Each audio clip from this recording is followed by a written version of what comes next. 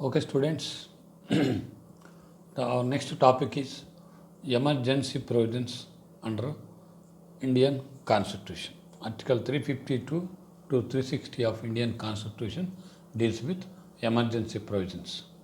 So, first we are supposed to know what is this emergency, what are these emergency provisions. When it comes to this particular topic, we have to look at the debates in Constitutional Assembly regarding these emergency provisions. Why we require these emergency provisions in the Indian Constitution. So here what is happening? When we had discussed about the nature of Indian Constitution, sometimes it is like unitary, sometimes it is like federal. So this particular area, emergency provisions, when you are operating emergency means the country is having the feature of unitary constitution. Means here emergency is a situation where this federal tendency is going to be removed. Removed means here the central government is going to control the states. So when it comes to state emergency or national emergency, the situation is such where the central or the parliament is going to control the entire administration in the country. So what it indicates? It's a unitary feature of the constitution where it is.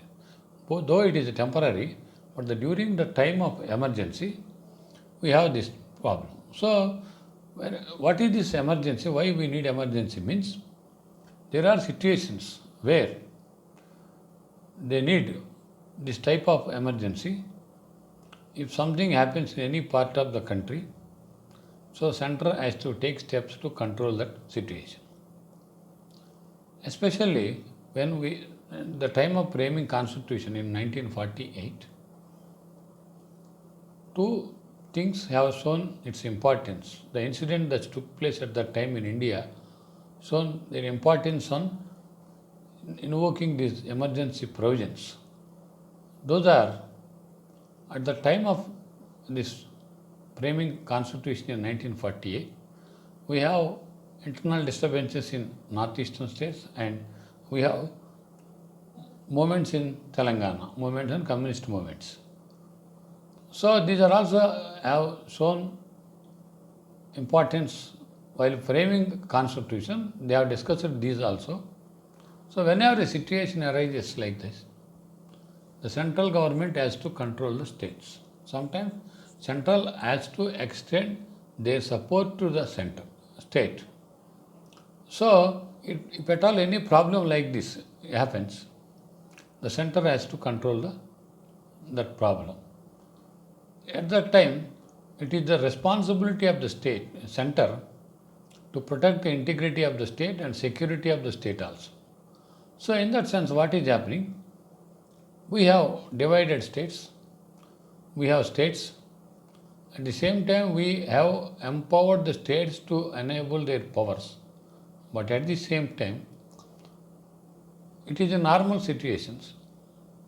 In exceptional circumstances, the center has to exercise their powers over the states.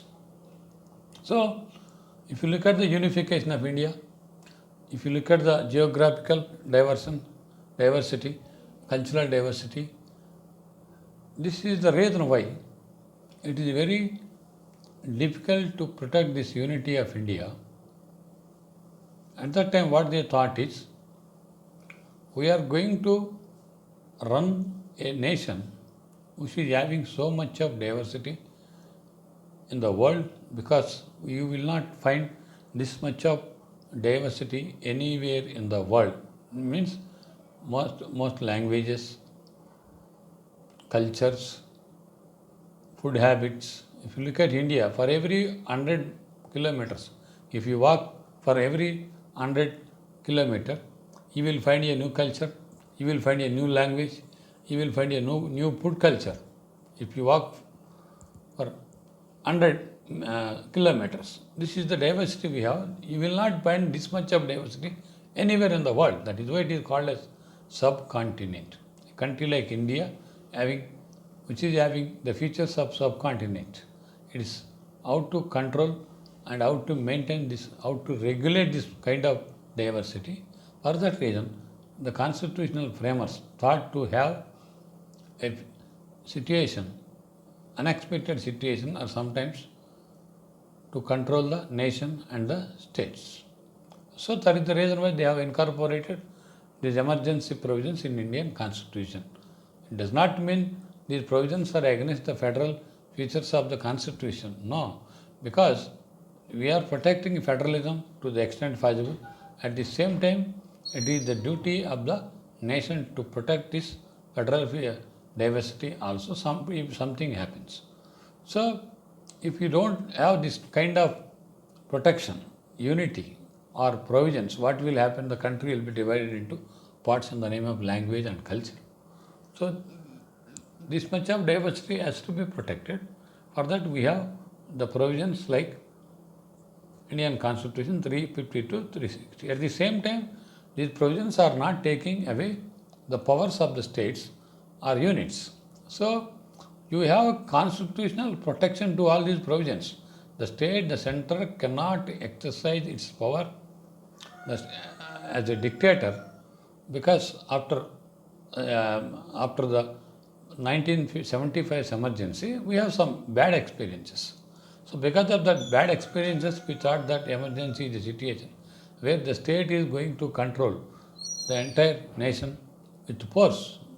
But there are constitutional protections, safeguards. Whenever you are going to impose, you have to follow certain norms and procedures. Those norms are procedures framed on democratic process. So that is the reason why, if you look at the provisions of emergency, these three, state and central and financial emergency, you will find that enough constitutional safeguards were provided for protection. Okay, so now we are going to discuss about these three emergencies: national emergency, state emergency, and financial emergency. So what we are going to discuss is what are the effects of this emergency.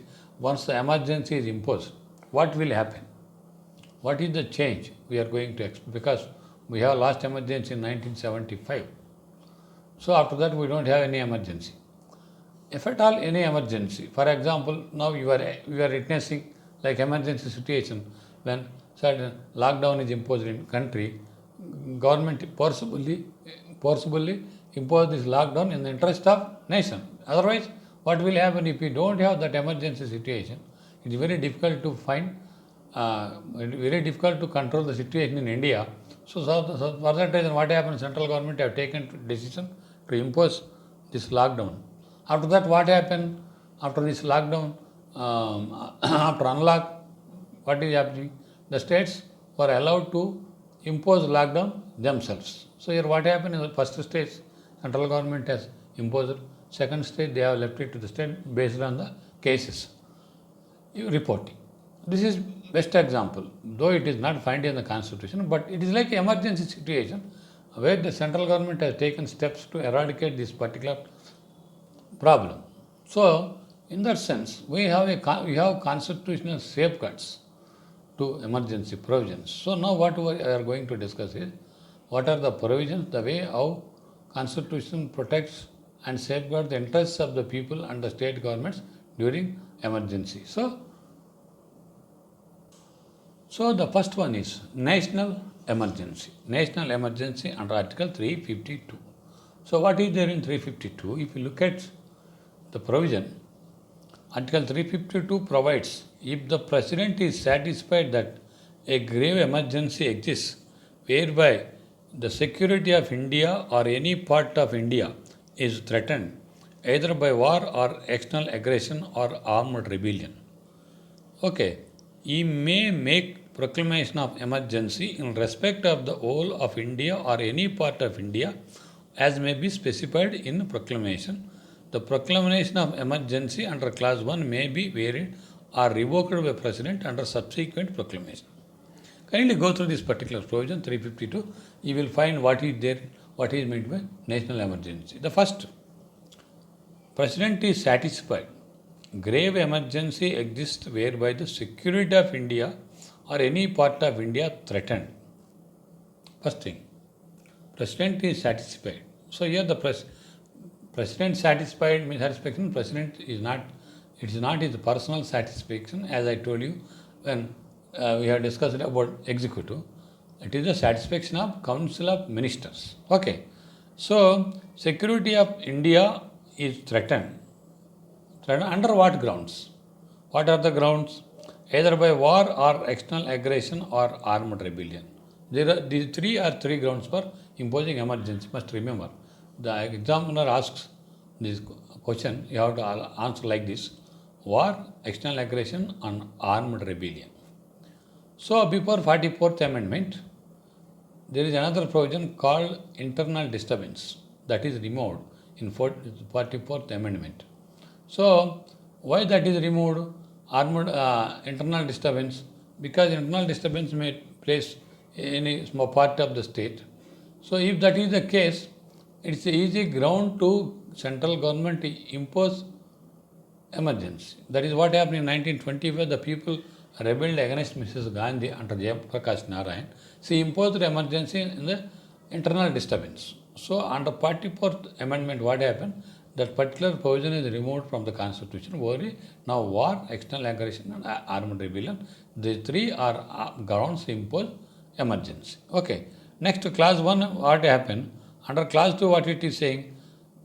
The President can revoke by subsequent proclamation. Once the emergency imposed, President can remove that proclamation of emergency, subsequent resolution under article means clause 2 of the 352. Clause 1 is speaking about imposition of emergency.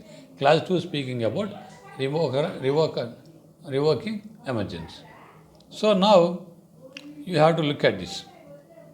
A proclamation of emergency even declared even before actual occurrence of event contemplated in Article 352. So here, while going to impose the emergency, it is not actual incident, even anticipated. If President anticipated something is going to happen, he can impose this national emergency.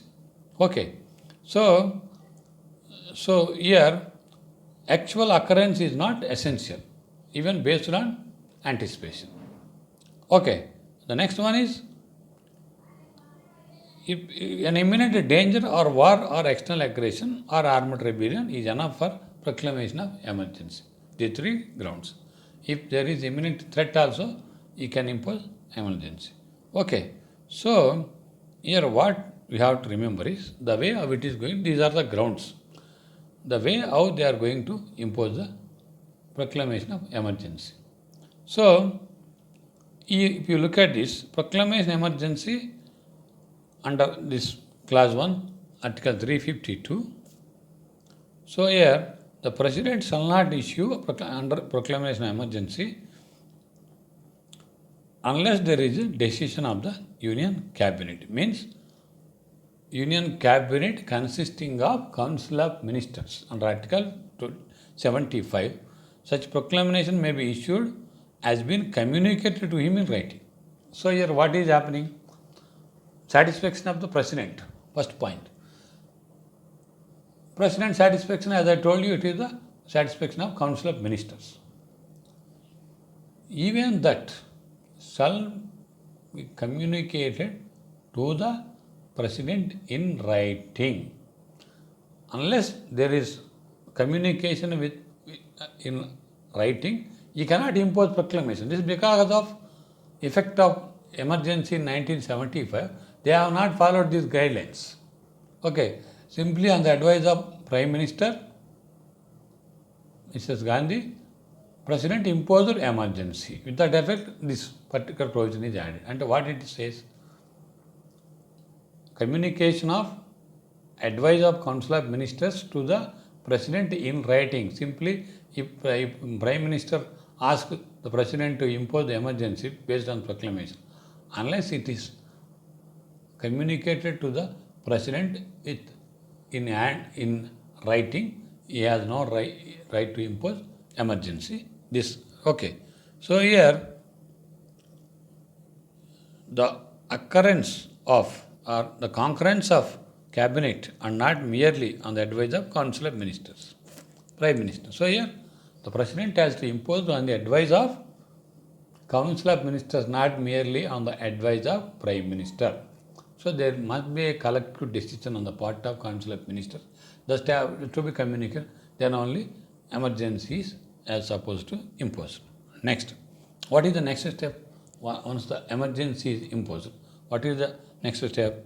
Next step is the proclamation of emergency must be laid before each House of Parliament, and it shall see to be operated at the expiration of 1 month prior to the. Okay, unless before the expiry of 1 month it has been approved by the resolution of the both houses. So immediately they must lay it before the each house of the Parliament within 1 month. Earlier it was. Earlier means before 44th Amendment, it was 2 months.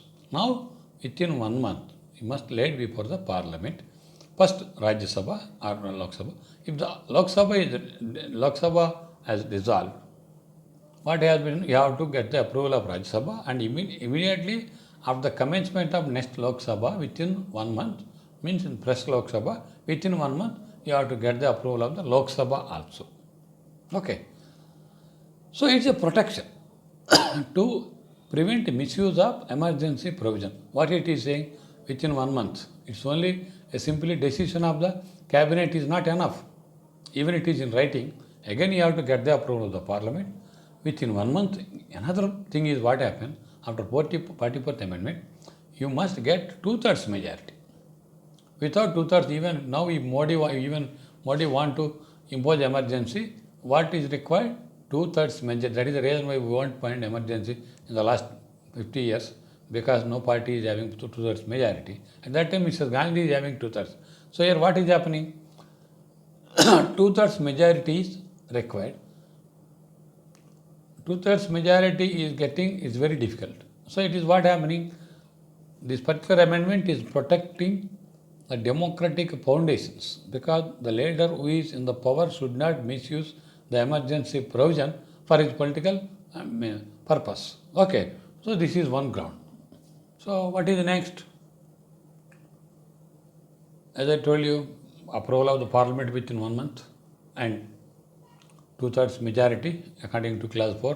Kindly go through the clauses. What I am explaining you the clauses regarding Article 352. Okay. So after that, proclamation emergency once approved by the Parliament shall remain in force how many months? 6 months.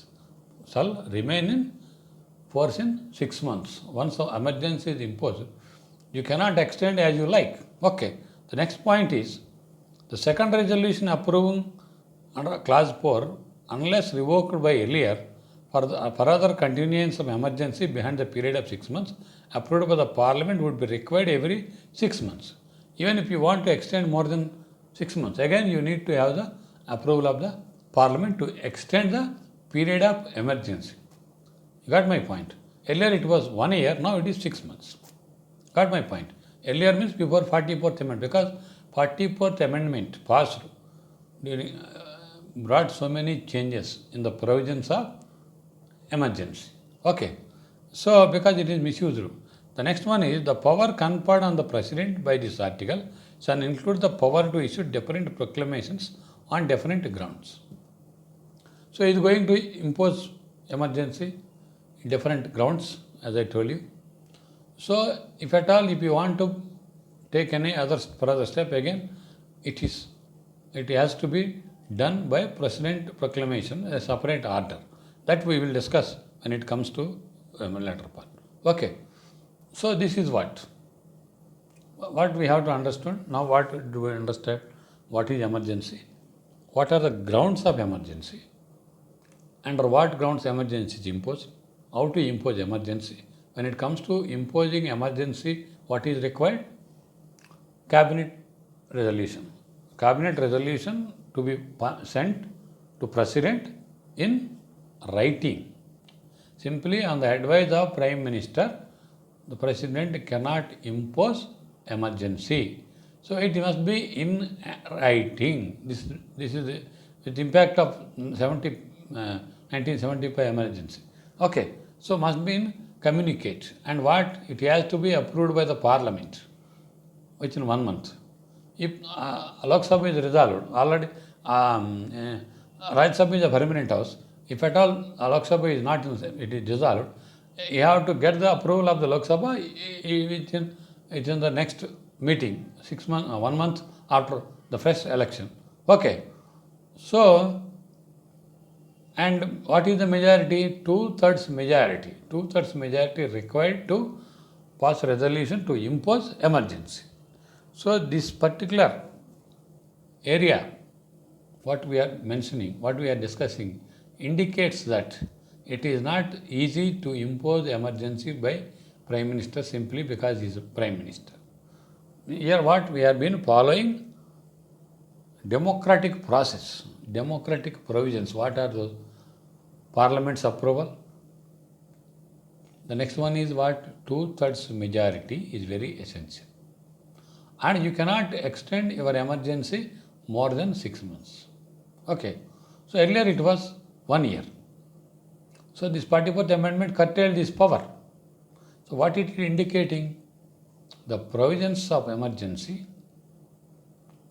if you look at the constitutional scheme, we have framed in such a way where we are going to protect this particular democracy. So emergency is a situation, exceptional circumstance situation, but that should not be misused. That should not be misused. Just because you have the power, you can't misuse this particular provision. For that we have all these protections. Now, after going through these provisions, you will come to know that what it's not easy to impose emergency. Got my point? So this is what? National emergency. Now we have to see the effects of emergency. We are discussing about what this emergency, that emergency. So once the emergency is imposed, what will happen? Because emergency is going to impose under exceptional circumstances. The time when this happen, the state has to take steps. Means the central government is going to control the entire country.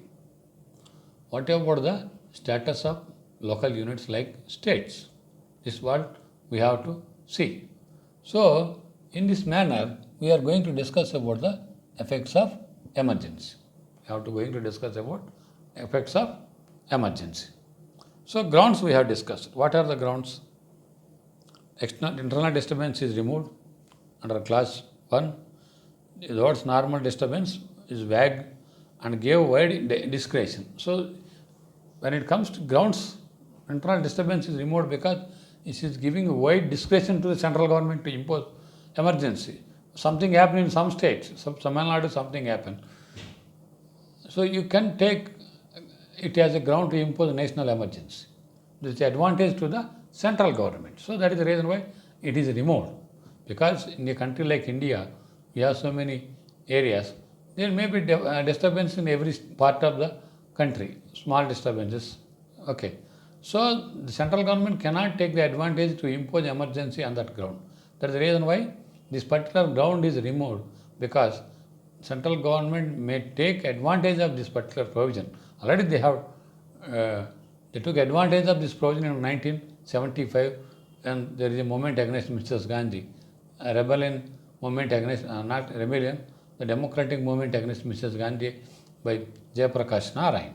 So with that experience, what happened? They have removed this particular provision, internal disturbance and grounds. So grounds, okay. So, and the next one is the satisfaction we have discussed. Satisfaction is means, satisfaction is not subject to satisfaction of president. The objective satisfaction means the council has to recommend that has to be in writing. Okay. So here, when it comes to the review, in Minerva Mills Limited versus Union of India, year 1980 Supreme Court 1789, Minerva Mills versus Union of India, Bhagavati, what he said, there is no bar to judicial review of the validity of proclamation of emergency issued by the President under Article 352(1), merely because the question has a political complexion. It is no ground why the court should shrink from performing its duty under Constitution if it is raises an issue of constitutional determination, the courts, however, is limited, observed or not.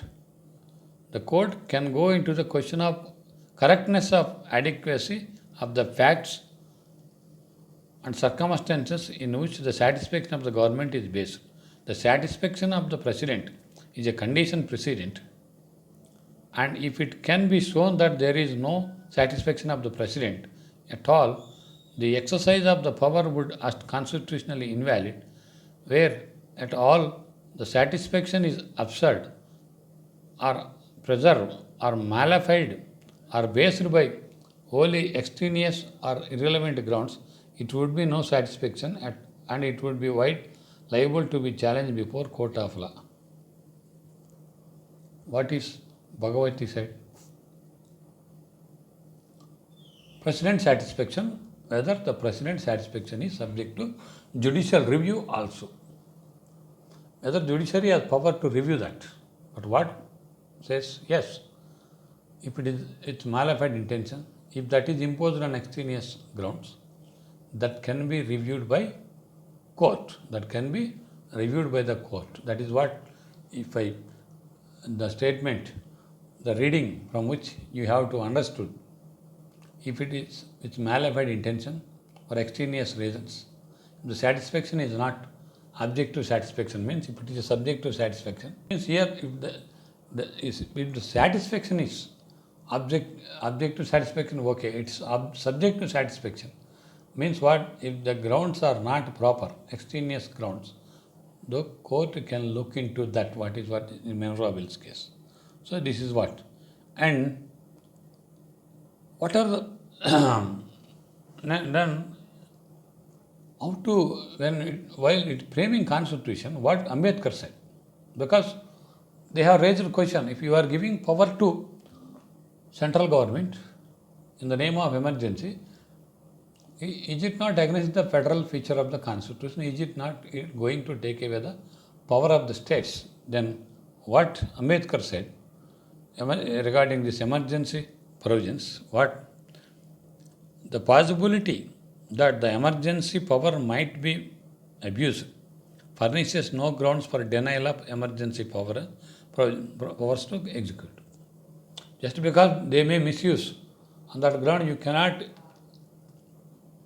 deny this power to execute, because this is very important power to the center to meet out the emergency situations. Then what he suggested, the power of the executive is not unbridled. He pointed out the constitution itself provides certain safeguards against the abuse of emergency power by the executive. What says? We are providing certain constitutional safeguards to protect. So simply the president or central executive cannot impose pressure. What are the safeguards? The first one is advice of Council of Ministers who are representatives of the people. The second one is it must be laid before the Parliament and cannot remain in force beyond 1 month without its approval. So what Ambedkar said, you need not worry about this particular provision, without which you cannot operate the nation as an integrated part. So what he said, you have constitutional safeguard. The first one is advice of Council of Ministers. Simply if the Prime Minister is going to advise, and the advice of Prime Minister, the emergency is going to impose, then it is wrong. Now what is the provision we have? And the advice of Council of Ministers, first point. Second one is, you must lay it before the House of the Parliament. What is it indicating?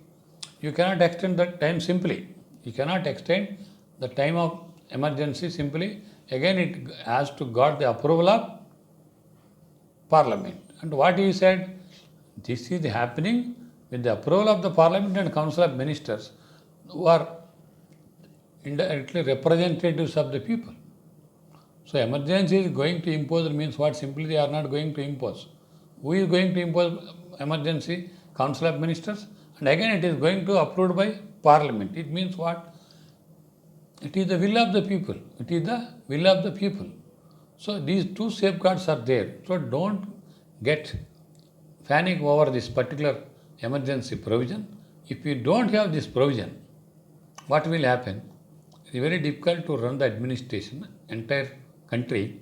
Sometimes the situation may demands this kind of use of emergency provisions. So this is the constitutional safeguards. Don't worry about this, is what Ambedkar said. You have constitutional safeguards to protect. Even if today, after this 44th amendment, now even the Modi want to impose emergency. He reads 2/3 majority. Okay. He needs, and we have public vigilance like media. Apart from that, you need 2/3 majority to impose emergency. This is best constitutional safeguards. Okay. So this is one. The next one is territorial jurisdiction of extent of proclamation. So, as I told you, emergency can be imposed in entire India or any part. That is what I told you in Article 352. So, when it comes to territorial extent of proclamation, Article 352 enables the President to make proclamation of emergency either in respect of the whole of India or such part of the territory thereof as may be specified. Okay. So, these words are added by the Constitution Party Second Amendment, which now enables the President to confine the declaration of emergency in any part of the territory of India. If the situation becomes normal, in any part of the country, emergency could be revoked from the part of the country. It may be continue to operate in other parts of the country. It can be imposed in any part, sometimes total, or some part of the country. If there is no situation to continue emergency, that part can be removed. Like our lockdown. Some state, some parts, the lockdown is revoked. Some lockdown is continued. That is why I have taken the example of this lockdown indirectly. So here what happened? Any part of the territory, President can impose. Sometimes if he impose. Sometimes if you want to revoke the emergency in certain part, he can revoke. This particular speciality is there. Okay. This is what territorial extent of okay. Next, duration of emergency. Territorial duration. What is duration? Prior to the 44th amendment. Okay. Prior to the 44th amendment, the proclamation of emergency could remain force in first instance for 2 months, but once approved by the emergency could remain in force indefinitely as long as the executive wanted to continue. This is prior to amendment, 44th amendment. First 2 months, now 1 month, as I told you, after 44th amendment. And executive wanted to continue. 44th amendment, what happened? Curtailed the power of executive to prolong the operation of emergency unnecessarily. 44th amendment, what happened? It curtailed the power of executive. It is now 1 month. Okay. And remain in force for 6 months unless revoked earlier. Okay. The resolution approving the proclamation of emergency must be passed either House of the Parliament, special majority. That is what I told you. By majority of the total membership of the House present and voting for the further continuance of emergency. So, after the amendment, the continuation of emergency does not depend on the discretion of executive. It can be done only with the approval of the Parliament. Now, it is not the discretion of the executive. It is the discretion of Parliament. That is how the power of executive curtailed when it comes to the duration of emergency. Now, first 1 month, next 6 months, and within 1 month, you have to get the approval of the Parliament. If you fail to get the approval of the Parliament, what will happen? It ceases to be operate. Okay. Next, again 6 months. Okay. So here, as like prior to the 44th amendment, it is unlimited time. Now 6 months and again 6 months you have to get approval. So here what it happened? It is not the sweet will of executive. It is a decision of the Parliament when it comes to duration of emergency. Okay. So the next topic we will discuss effects of proclamation of emergency the next class. Okay. Thank you.